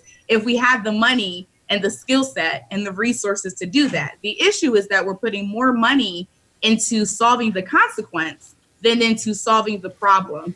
We want to try to cure cancer, but we don't want to look at the research and the underlying causes of cancer, right? So we are putting too much money into the people that are reacting to it, rather than looking at what is occurring that crime and delinquency is even having to happen and that cops even have to deal with. We're looking at it kind of backwards. So that's why when people talking about defunding police, it's not that we're saying we don't want police in our community, right? Certainly we understand when things get out of control that we would want law enforcement to come in. But what we're specifically saying is if we had the resources and tools to solve the problems before they became delinquent, there would be a much better chance that as a community, we can start policing ourselves under community policing, under neighborhood nonprofit programming, under crime reduction and crime and delinquency programming that's funded through the county on a consistent and respectful basis. So we need funding that is geared towards solving the issue of crime, not funding being plugged in endlessly into crime is happening, now what? Because police are reacting to crimes. They're not necessarily placed in the position of stopping the crime from taking place. And school resource officers are going to be very important. But if you're not addressing mental health, if there are no counselors that are walking Jamal through the process of what happened to him last night, then it doesn't matter if you have 15 school resource officers there. You will always have the reaction of trauma when a person and a body and a behavior and an ideology looks like the post-traumatic slave syndrome, looks like post-traumatic symptoms, looks like trauma, looks like chaos, and it's embodied in one person. And then you're supposed to say, hey, I want you to be a cop. I want you to represent the person that reminds you of the person that took your father or mother away from you. It's not going to happen. It's not going to happen if we're not putting in money into helping young children create resilience and understand what's going on to trauma. And I think for police officers, and I'll end with this, I think that a lot of the conversation that's happening right now with individuals who are not of color leads me to believe that there are people who are very clueless as to what is ingrained inside of individuals that are not of color. There are such a sense of normalized behaviors that if you ask a person of color, they will tell you it's extremely offensive. But you cannot see that because you're not a subject expert in Blackness. So there has been a lot of discussion. You know, we have individuals at the tallest hills with kente on. We have individuals performing blackface under white guilt. So I think it's very important for individuals to see that you don't necessarily have to be a racist, a full-blown racist, in order to be very limited and uninformed in your ideological perspective. So cops have a further responsibility to check their implicit bias. They have a further responsibility to assess their own circles and understanding how their upbringing in their non-Blackness has been the reasoning for a lot of normalized behaviors that they cannot see as problematic. So when you say certain things that outside of your circle are offensive, if you don't know that because you don't have a multicultural circle, then you're going to run into instances where you say things. And that's what we're seeing a lot with this thing recently, is that as more individuals are becoming allies, there is a lot of misstep even in being an ally. There's a lot of things that individuals are saying that it's like coming out of your mouth as completely normal, but you have no sense of the offense, the carelessness in your privilege that you are displaying. So until we can get to the root of why that is happening, that's the reason for the wedge, is because individuals are largely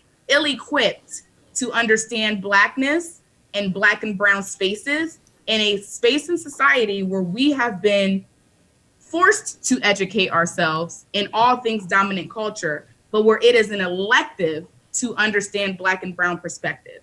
So the trainings that cops do have to be mandatory. It has to be written into the policy that this is a part of their training. Because if you allow people to self-select out of understanding Blackness and out of understanding responsibility of privilege, we see that a majority of people will opt to do so. Yeah, okay. Anna, I agree with a lot of what you said, and I understand. I understand what you're saying. I don't know if you can see me or not, but I understand what you're saying. But one of the things I do want to touch on is that, you know, this wedge, and I know you talk about the mental health portion. That's a portion of it, and we that's a portion that has been overlooked for a long time, but. We still can't overlook some of the other sides of it either.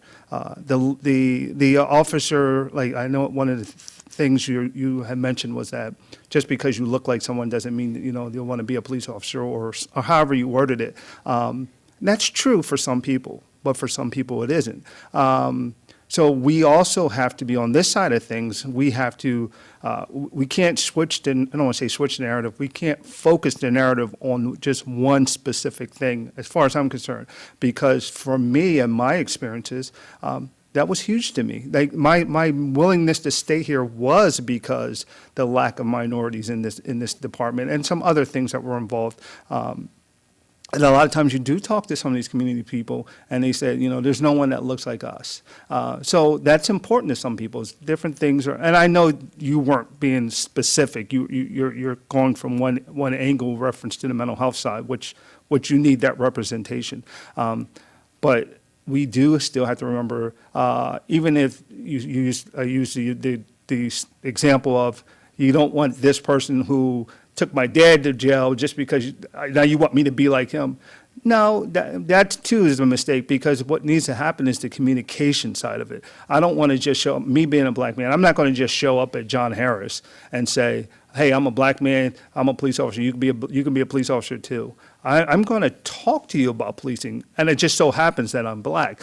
If that starts to come up, then we can talk about the racial side of things, because it does come up. but I want you to be a police officer because you can make a difference. I want you to know you can be a police officer as a minority because you can see me. If you're talking, I can't hear you. Well, you'll have to pause for a second. Go ahead, Ms. White. You can respond to that. Okay. Oh, is she responding? Well, I'll give everybody a chance. We can go to you, Kevin. That's fine. Okay. Yes. Previously at my last rally, my youth rally, I had spoke to Officer Hooper and I discussed an ideal and a proposal I want to try to implement into the school system, which I call it the LED program, which would be law enforcement diversity.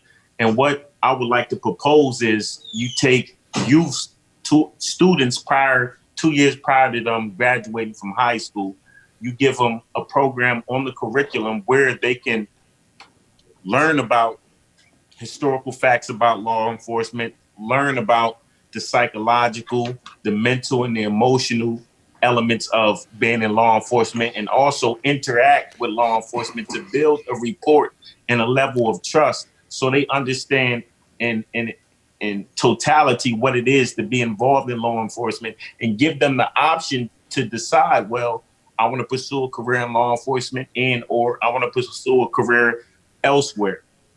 And doing this, my proposed plan is to try to inform and educate our community, our youth, as to what law enforcement actually means and symbolizes, and not let them act solely off what they've heard, what's rumors, and what's not can be proven as fact. Because the biggest wedge between the community and law enforcement, in my opinion, is ignorance. People are not well informed as to what is actually transpiring in all historical facts, the ugly ones as well as the positive ones.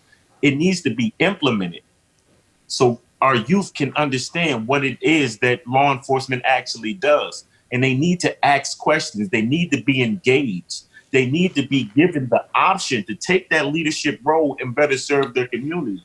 And the diversity program, what I would try to ignite is the thought and the passion of our youth to want to integrate into law enforcement, to want to diversify law enforcement, where you have members of our community who grew up here, who have interacted with many different families and individuals in our community, be a symbol of change and take accountability for the state of their own communities, and not merely be the liability, but try to be part of the asset into change.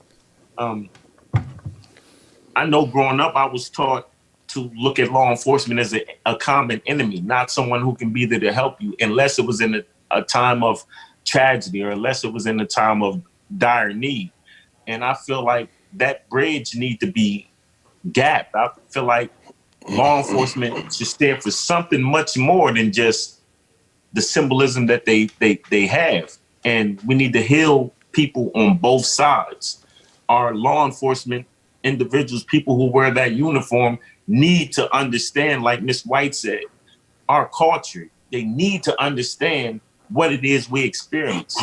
And to diversify law enforcement in Harrisburg, Pennsylvania would be monumental in changing something from the inside out.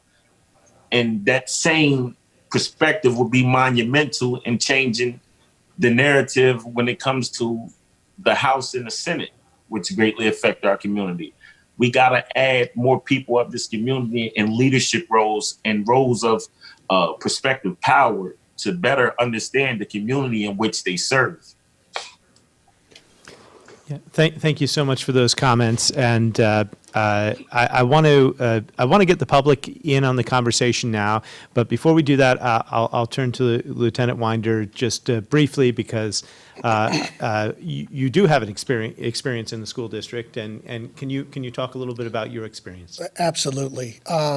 Everything that all of y'all were talking about, as far as what happens to a child when the police have to come into their house during a situation that's crucial, during a situation that's critical, how they feel and everything like that, absolutely true.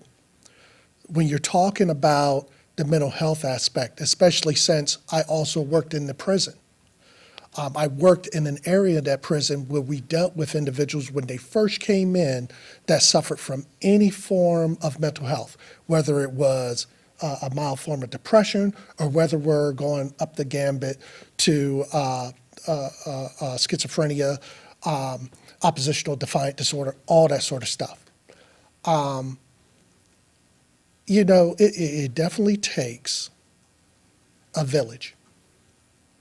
And when I say that, it's not cliche, it's true. It takes everybody. That mental health piece is humongous. It is absolutely humongous. And I know that we have trainings that we do so that officers can see that you're possibly dealing with somebody who's suffering a crisis, someone who is really going through it at that particular point in time. And I'm glad that they put those classes out. Being, a former school resource officer in the Harrisburg School District, and I let me tell you something.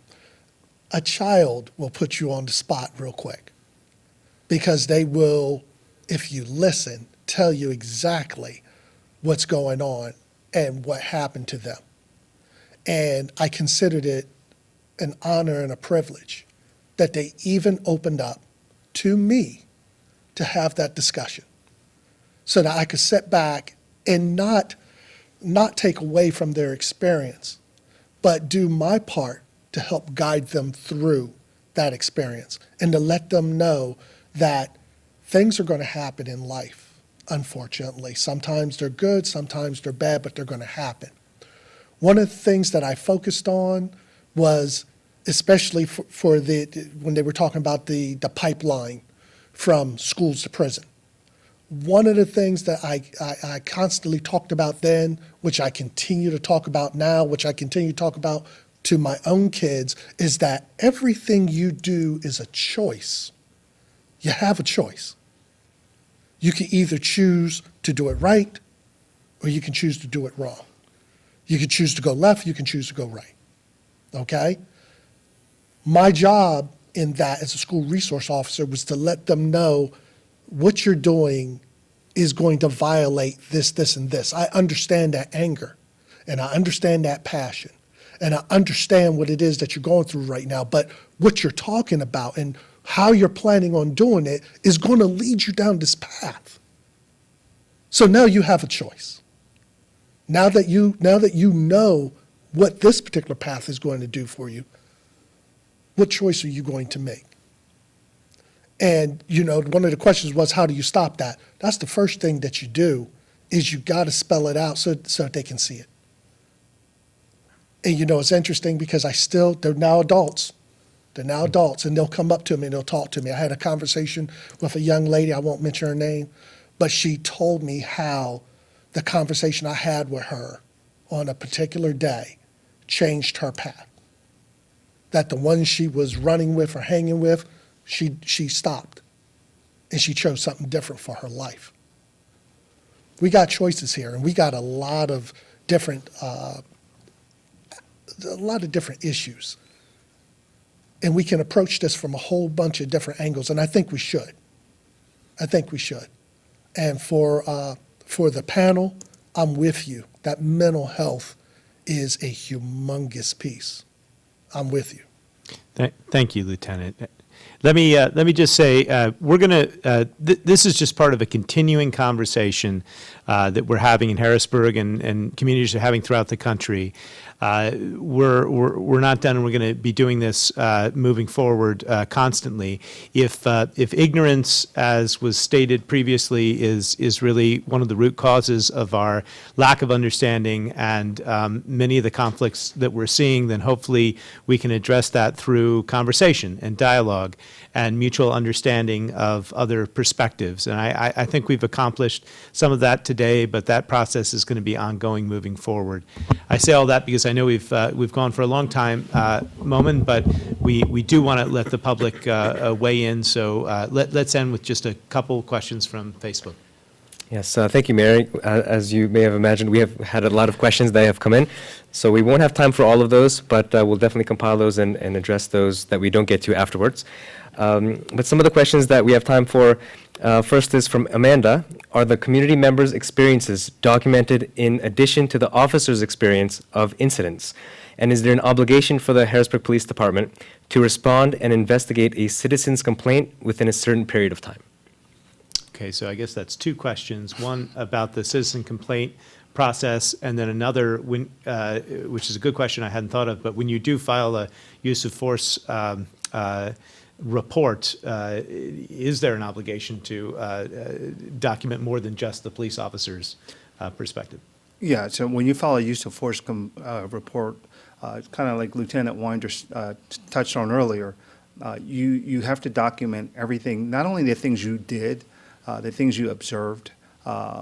You have to paint the entire picture. So you do put into what you saw, how they were reacting, how they were acting, what led up to the use of force. Not just, you don't just start at the use of force. You have to document all those things.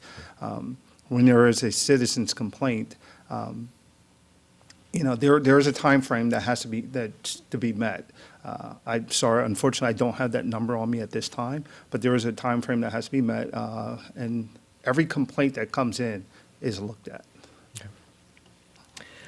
Next question is from Talia. How do we ensure that we do not have police officers on the force who have a history of misconduct, especially when policemen misconduct records are not publicly accessible?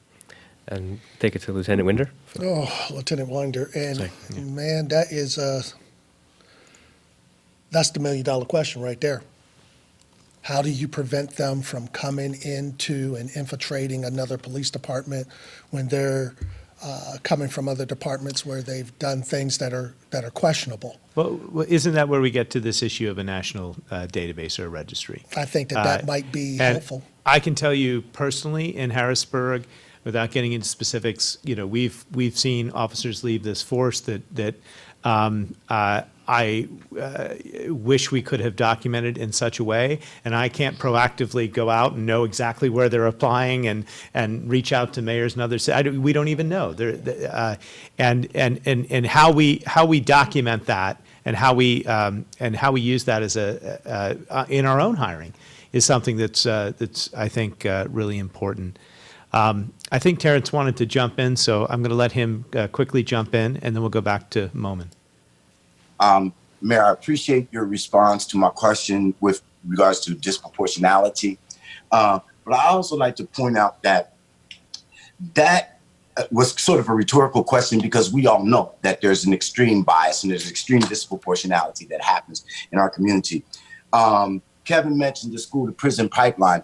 Right now today, down in juvenile court, they have the consent decree that they're taking our kids right from the age of 10 years old, putting them on probation for 6 to 12 months, having them give urinalysis and all kinds of humiliation. This is something that, like we have all said, is systemic.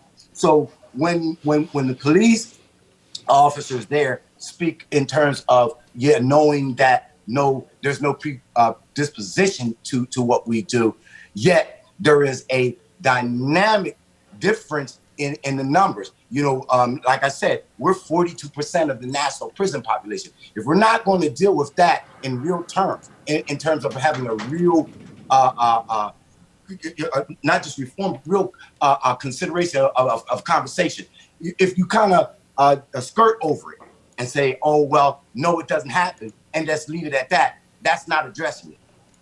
This is something so serious that you have to start with those real basic kinds of constructs in order to get to the kind of complications that you all want to discuss. Because these are real basic things. We know that for us to be 42% of the national prison population and only to be 13% of the national prison, the national population period is a real issue. No one's not trying to really talk about that. And I do appreciate your candor, Mr. Mayor, in your response to that.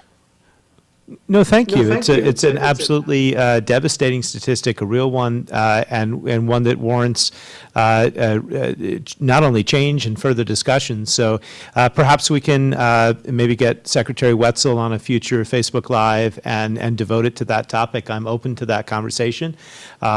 And we'll continue. We'll continue. I want to go back to Momen though, because I know we can't get to all the public's questions, but maybe you've got one or two more. Yes, I think we have time for two more. Okay. This one is from Victor. Is there, and we talked a little bit about this, but if we can focus on this, is there active recruitment in the intercity of people of color to the police force? Either one of you, could you address what we do in terms of recruitment? And I think this is an area where we can improve, and it's something that I know we've talked about a little bit. I've talked about with command staff. It's a big issue, but go ahead. Victor, it's a really good question, and I'm glad that came up. I would just say that this is something that I have been at odds about I've been here 25 years, I'm saying. I've probably been at odds at this for about 24 years. There needs to be more done. Not saying it has anything to do with this administration or the prior administrations or anything like that, but just in general, when we talk about change, this is one of the things that needs to be changed. There needs to be more done. That's why I was so, and I know I keep referring back to the conversation we had with Kevin on the last rally that he had on, there's so many, I forget what day it was, but it was like a couple of days ago, about the idea of coming up through the schools. Because to me, that was the ultimate, it was a really good way of trying to recruit people from this community. So is there enough being done? There's never enough being done. Whether it's this community or whether, it doesn't matter what race we're talking about, there's never enough being done. But we need to do more, and I would like to see more done.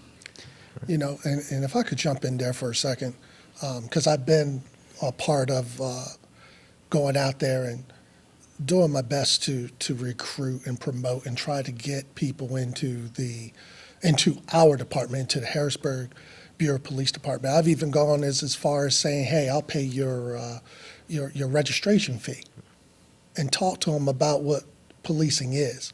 But as the panel has said, there's something systemic there that just stops them in their track before we can even get to that point. But I would like to, emphasize that in order to get this thing changed, the way that it really needs to be changed, we have to get involved. That's the primary reason why I took the job with the Harrisburg Bureau of Police. At the time, I didn't like what I was seeing. But I wasn't, wanting to just sit back and just complain about it. Me personally, I wanted to get involved and see what difference I could make. And I still work on making a difference. We'll have to see how that panned out as time goes on. Thank you. I think there's a lot more we could say about recruitment and consortium testing and how we go about doing that, and that would be fodder for important conversations moving forward. But one final question? Yes. The final question that we have time for today is from Amanda. What is the process for changing the general orders? Is there public input as part of that process? Well, thank you. That brings us full circle back to where we started, and I appreciate that, Amanda. Yes, this is the process. It is occurring as we speak. I have brought City Council into the conversation. I have brought police leadership into the conversation and the public into the conversation. We took the first step by making the general order accessible on the website, easy to read. We established a point of contact for public comment, which is the 8 Can't Wait at harrisburgpa.gov. And this is the vital conversation which will hopefully lead to some changes to that order. So I want, Amanda, I want your thoughts emailed to me, and I want to continue to listen and absorb. As President Obama said, it's not just about changing the order. It is about engaging in the conversation. It's about the process of dialogue that leads to a greater understanding between all parties as we go through that, which hopefully is of greater benefit than even a single change of adding a line or changing a word. So that's the process.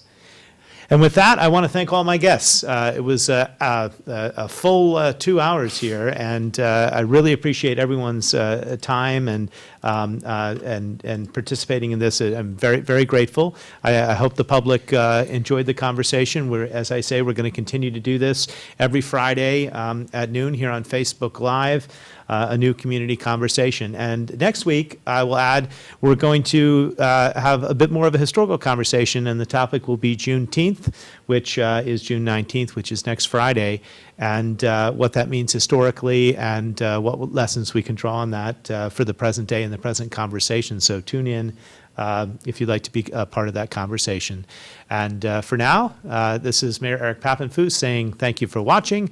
We appreciate you joining us for another community conversation, and we will see you again next week at noon here on Facebook Live.